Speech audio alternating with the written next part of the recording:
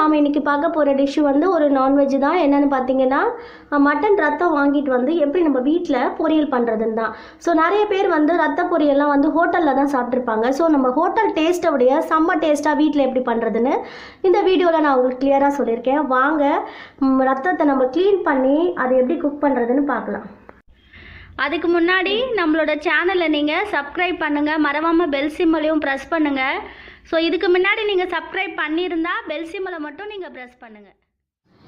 இன்றைக்கி நம்ம பார்க்க போகிறது வந்து மட்டனோட ரத்தம் தாங்க. இது மட்டனோட ரத்தம் வாங்கி நான் முடியெல்லாம் இல்லாமல் தண்ணியில் நீட்டாக க்ளீன் பண்ணி வச்சுருக்கேன், கழுவி வச்சுருக்கேன்.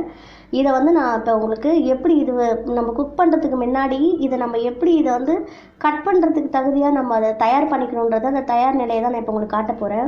பார்த்திங்கன்னா இது கையில் தொடும்போதே ஒரு மாதிரி வளவலன்னு இருக்குது.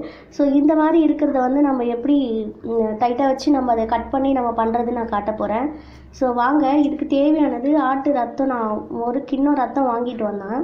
அது குச்சி வந்து ஒரு 4 தென்னங்குச்சி எடுத்திருக்கேன் நான். நம்ம தொடப்பு வச்சுருப்போம் இல்லையா, தென்னந்தொடப்பம், அதுலேருந்து நான் ஒரு 4 குச்சி எடுத்து இதையும் நல்லா கழுவி காய வச்சுருக்கேன்.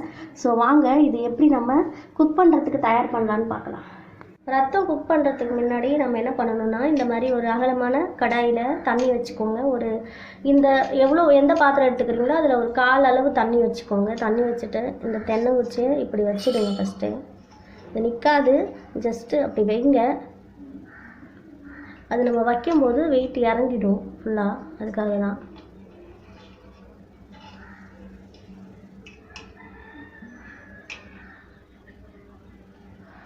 வச்சுக்கோங்க. தென்னங்குச்சியை வச்சுட்டு இந்த ரத்தத்தை எடுத்து நீங்கள் அப்படியே கீழே இறக்கி விட்டுடுங்க. அப்படியே பாருங்கள், அது தென்னங்குச்சி மேலேயே தான் நிற்கிது.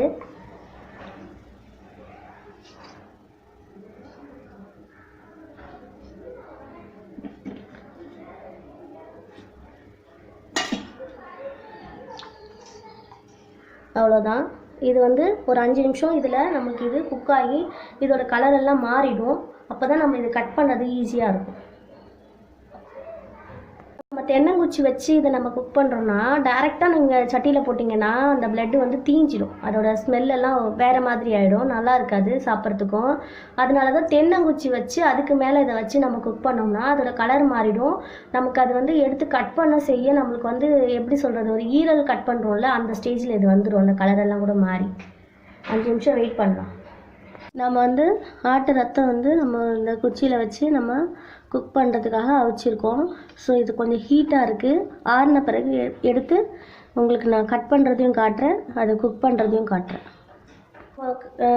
அந்த கடாயிலேருந்து நம்ம எடுத்துட்டோம். குச்சி எதுக்கு வச்சுருக்கோம் தெரியுதுங்களா? நம்ம ஊற்றின தண்ணி அப்படியே தான் இருக்குது, கீழே எதுவும் நம்ம அடி பிடிக்கலை. நம்ம இதை குக் பண்ணி எடுத்துட்டோம். இதை கட் பண்ணி எடுத்துகிட்டு இதுக்கு என்னென்ன தேவைப்படும், எப்படி இது சமைக்கணுன்றது நான் உங்களுக்கு காட்டுறேன். இப்போ ஆட்டு ரத்தம் நம்ம எப்படி அதை நம்ம வந்து தென்னங்குச்சி வச்சு நம்ம அவிச்சு எடுத்துட்டோம். அதை நான் சின்ன சின்ன பீசஸாக கட் பண்ணி வச்சுருக்கேன். பார்த்தீங்கன்னா உங்களுக்கு இது ஆட்டு ஈரல் மாதிரி தான் தெரியும். ஸோ சின்ன சின்ன பீசஸாக கட் பண்ணி வச்சுட்டேன். இதுக்கு தேவையான பொருட்களும் கம்மி தாங்க, ரொம்ப நம்ம கம்மியாக தான் நமக்கு இதுக்கு தேவைப்படும். வெங்காயம், ஒரு பெரிய வெங்காயம் நான் பொடியாக கட் பண்ணி வச்சுருக்கேன். ஒரு பெரிய பச்சை மிளகாய் சின்னதாக கட் பண்ணி வச்சுருக்கேன். ஒரு கத்து கருவேப்பிலை, கொஞ்சம் புதினா, கொத்தமல்லி, ஒரு 1/2 ஸ்பூனு மஞ்சள் பொடி, 1 ஸ்பூன் மிளகு பொடி. ஸோ செய்முறையை நம்ம இப்போ பார்த்துடலாம். வச்சுருக்கோம். கடாயில் நான் ஒரு 2 ஸ்பூன் வந்து கடலை எண்ணெய் ஊற்றிருக்கேன். ஸோ இதுக்கு கடலை எண்ணெய் யூஸ் பண்ணி நம்ம செஞ்சோம்னா ரொம்ப சூப்பராக இருக்கும். அதனால தான் கடலை எண்ணெய் ஊற்றிருக்கேன். நம்ம வந்து இதுக்கு கொஞ்சம் கடுகு உளுத்தம் பருப்பு சேர்த்துக்கலாம், ஒரு 1/4 ஸ்பூனு. நான் அதை உங்களுக்கு சொல்ல மறந்துட்டேன், ஆக்சுவல்ஸ் தான். ஆனால் இது நான் சேர்ப்பேன். ஆனால் நீங்கள் உங்களுக்கு சேர்க்கணும்னு தோணுச்சா நீங்கள் சேருங்க, இல்லைன்னா வேண்டாம். அதே மாதிரி ஒரு 1/2 ஸ்பூன் இஞ்சி பூண்டு பேஸ்ட்டும் நம்ம சேர்த்துக்கலாம். வெங்காயம் சேர்த்துக்கலாம். இப்போ 1/2 ஸ்பூன் இஞ்சி பூண்டு பேஸ்ட்டும் இதுக்கு நம்ம தேவைப்படும், நம்ம சேர்த்துக்கலாம். ஒரு சிலர் வந்து அந்த மிளகு பொடியிலே பண்ணிடலாம், அது நல்லாயிருக்கும்னு நினைப்பாங்க. ஸோ நான் ஒரு ஃப்ளேவருக்காக இஞ்சி பூண்டு பேஸ்ட்டும் நான் சேர்ப்பேன். ஸோ வெங்காயம் வதங்கிறதுக்காக நம்ம கொஞ்சம் சால்ட்டு சேர்த்துக்கலாம். ஒரு சிட்டிகை சால்ட்டு சேர்த்துக்கலாம். வெங்காயம் கொஞ்சம் வதங்கிட்டோங்க, ஒரு 2 நிமிஷம். கொஞ்சம் லைட்டாக கலர் மாறி இருக்குது. இந்த ஸ்டேஜில் கருவேப்பிலை, பச்சை மிளகாய் போட்டுருங்க. காரத்துக்கு ஏற்ற மாதிரி நீங்கள் ஜாஸ்தி காரம் சாப்பிட்றவங்களா இருந்தாலும் இன்னும் 2 பச்சை மிளகாய் சேர்த்துக்கலாம். ஏன்னா நம்ம மிளகு பொடி நம்ம ஆட் பண்ணுவோம். ஸோ அதனால் நான் பச்சை மிளகாய் 1 தான் நான் சேர்த்துருக்கேன். அது நல்லா வதங்கணும் ரெண்டும்.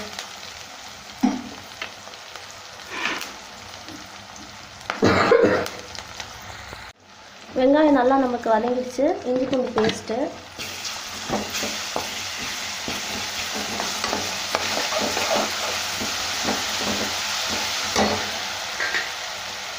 மஞ்சள் பொடி சேர்த்துக்கோங்க.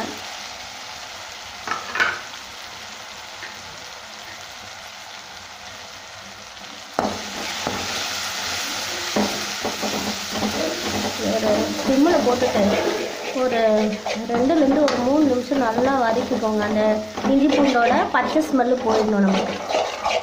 ஸோ இப்போ நம்ம இதுக்கு தேவையான அளவுக்கு நம்ம வந்து ரத்த பொரியலுக்கு தேவையான அளவுக்கு நம்ம சால்ட்டு யூஸ் பண்ணிக்கலாம்.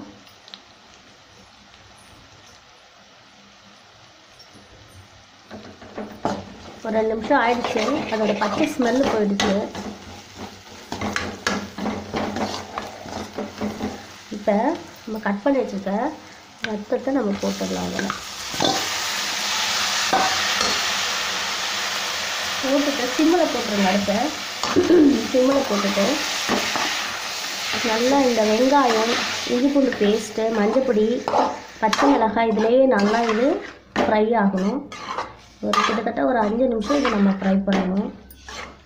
நம்ம என்ன தான் கட் பண்ணியிருந்தாலும் இதில் கொஞ்சம் தண்ணி தெரியும். ஸோ அதனால் ஒரு 5 நிமிஷம் இதை ஃப்ரை பண்ணோம்னா ட்ரை ஆகிடும் நமக்கு. ஸோ பார்த்திங்கன்னா நம்ம போட்டதும் பாருங்கள் தண்ணி வர ஆரம்பிச்சிடுச்சு, தெரியுதுங்களா?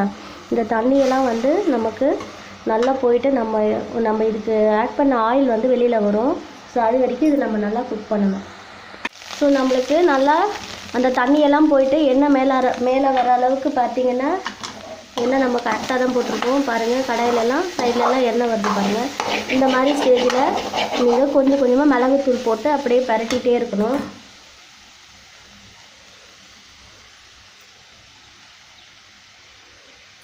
தண்ணி இருக்கும்போது மிளகுத்தூள் தயவு செஞ்சு போட்டுறாதீங்க.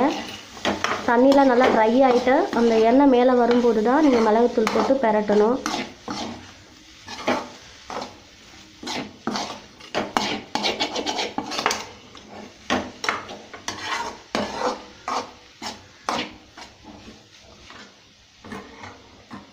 இன்னும் கொஞ்சம் மிளகுத்தூள் நம்ம சூப்பரான சுவையான மட்டன் ரத்த பொரியல் நம்ம ரெடி பண்ணிட்டோம்.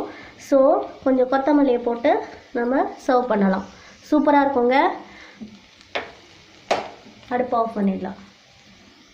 நம்ம கடையிலேருந்து வெறும் ரத்தம் வாங்கிட்டு வந்தோம், மட்டன் ரத்தம். அது வாங்கிட்டு வந்து க்ளீன் பண்ணது எல்லாமே நம்ம பார்த்தோம் இந்த வீடியோவில். இந்த வீடியோ உங்களுக்கு ரொம்ப பிடிச்சிருக்குன்னு நினைக்கிறேன். சூப்பரான ரத்த பொரியல் ஈஸியாகவும் டேஸ்ட்டாகவும் எப்படி பண்ணுறதுன்னு இந்த வீடியோவில் நான் உங்களுக்கு ஃபுல்லாக சொல்லியிருக்கேன். ஸோ வாட்ச் பண்ணதுக்கு ரொம்ப ரொம்ப நன்றிங்க.